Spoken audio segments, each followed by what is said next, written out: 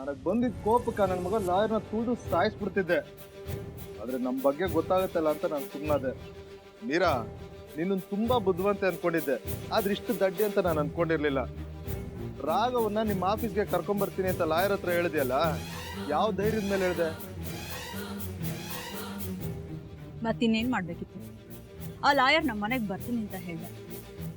ಅವ್ನು ನಮ್ಮ ಮನೆಗೆ ಬಂದ್ರೆ ಏನಾಗುತ್ತೆ ಅಂತ ಗೊತ್ತಾ? ಆ ಮುದುಕಿ ಮಕ್ಕಳು ಎಲ್ಲ ಮನೇಲೇ ಇರ್ತಾರೆ. ಅವ್ರೇನಾದ್ರೂ ನನ್ನ ಬಗ್ಗೆ ಹೇಳಿದ್ರೆ ಏನಾಗುತ್ತೆ ಅಂತ ಯೋಚನೆ ಮಾಡಿದ್ಯಾ?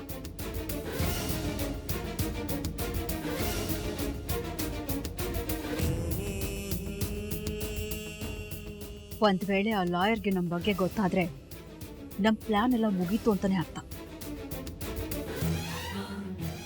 ನೀನ್ ಹೇಳೋದೆಲ್ಲ ಸರಿ ಮೀರಾ, ಆದ್ರೆ ರಾಘವನ ಕರ್ಕೊಂಡ್ ಬರ್ತೀನಿ ಅಂತ ಹೇಳಿದ್ಯಲ್ಲ, ಅದೆಲ್ಲ ಸಾಧ್ಯನಾ? ಸಾಧ್ಯ ಆಗುತ್ತೋ ಬಿಡುತ್ತೋ ಅದನ್ನ ಬಿಟ್ಟು ಹಾಕಿ. ಬೀಸೋ ದೊಣ್ಣೆಯಿಂದ ತಪ್ಪಿಸ್ಕೊಂಡ್ರೆ 1000 ವರ್ಷ ಆಯಸ್ಸು ಅಂತಾರೆ. ನಾನೀಗ ಮಾಡಿದ್ದು ಅದನ್ನೇ.